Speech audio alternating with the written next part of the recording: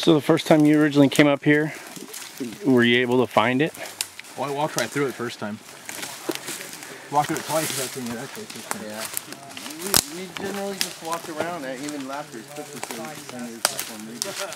we generally would just walk around and then look at open areas that seem to appeal to the eye. Like, that seems like it would be here. Yeah, first time I came through was in '97, but I think I figured out where it was actually in like '99 or something. Is that right? Yeah.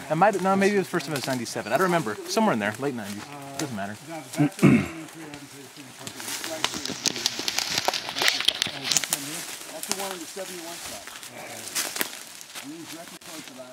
We found a tree like that down there by the bat boxes that Peter Byrne thought was the big tree, but obviously it's in the wrong area.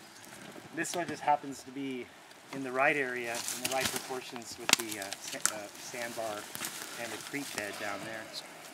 But at the right distance too. You've got the right realm of distance both this way and this way to hold the content of the film and the right perspective of it. But what really convinced us is Bill Munn's animation, where we had to start looking over this way. We used to think this was the like end of the sandbar. Now, did Munn's animation come after or before? Well, it helped us. Question, that wait a minute, summer. back up. Did the Munn's animation come before or after? Before we found this tree in particular? Well, it became before that. We had not really settled on this tree until after we saw that animation. Who was the person that really had the eureka moment and said, that's it? Well, we were all here. I mean, I was coming up here that summer, and I was starting to look this way, but we saw that Munn's thing, and we thought, well, let's start looking over here more. And so we came out over here. We were trying to convince Ian that this was a credible area for the big trees.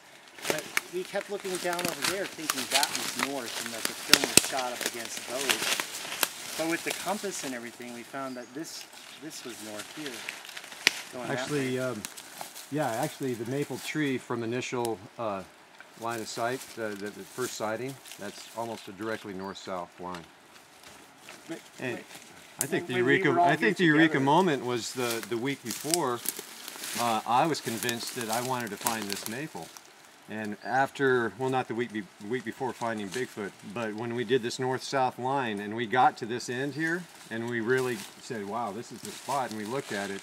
I think that was the biggest eureka moment for all three of us, don't you think? Yeah, it was.